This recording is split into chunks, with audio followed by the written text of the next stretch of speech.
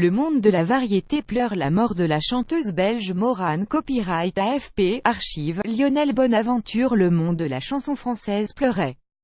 Mardi, le décès brutal de la chanteuse belge Morane, retrouvée morte lundi soir à son domicile de Bruxelles, alors qu'elle venait d'amorcer à 57 ans son retour sur scène après plus de 2 ans d'absence. De son vrai nom Claudine Lieper, Morane a été retrouvée inanimée dans son lit lundi soir par une de ses amies, à son domicile du quartier de Schaerbeek, a précisé mardi à la mi-journée le parquet de Bruxelles dans un communiqué. Une autopsie a été requise et devait être pratiquée dans la journée, mais les résultats ne seront pas connus avant plusieurs semaines, a-t-on souligné de même. Source: de la famille de la chanson, Lara Fabian, Michel Fugain, Catherine Lara, Hélène Segara ou Liane Folly, mais aussi du monde politique belge francophone.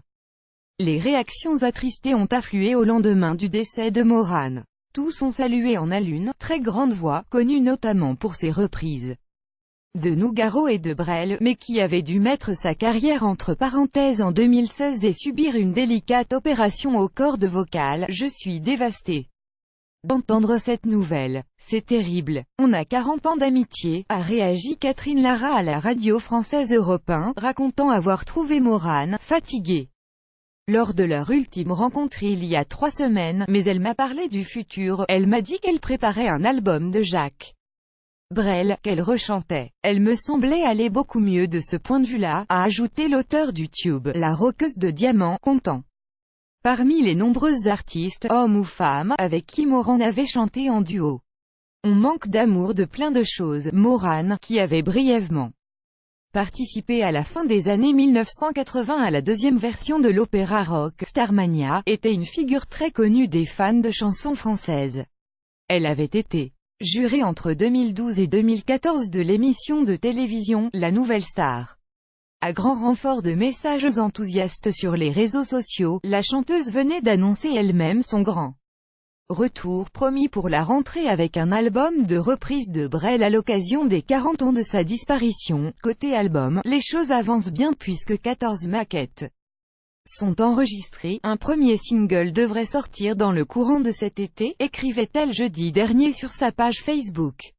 Samedi et dimanche à Bruxelles, elle avait chanté du Brel en duo avec d'autres artistes à l'occasion d'un mini-concert puis d'un festival en plein air devant des milliers de personnes. Mardi matin, Liane Folly s'est dite très émue sur Europe 1. Souvent nous les artistes femmes, on manque d'amour, de plein de choses.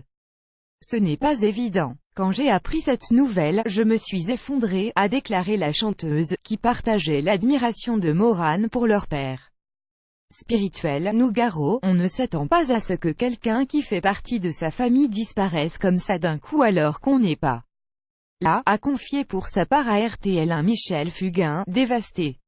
Un square Morane à Bruxelles. L'engagement de Morane pour les causes humanitaires a été très largement mentionné, notamment par Line Renaud, qui a salué, et une alliée fidèle de SIDAction.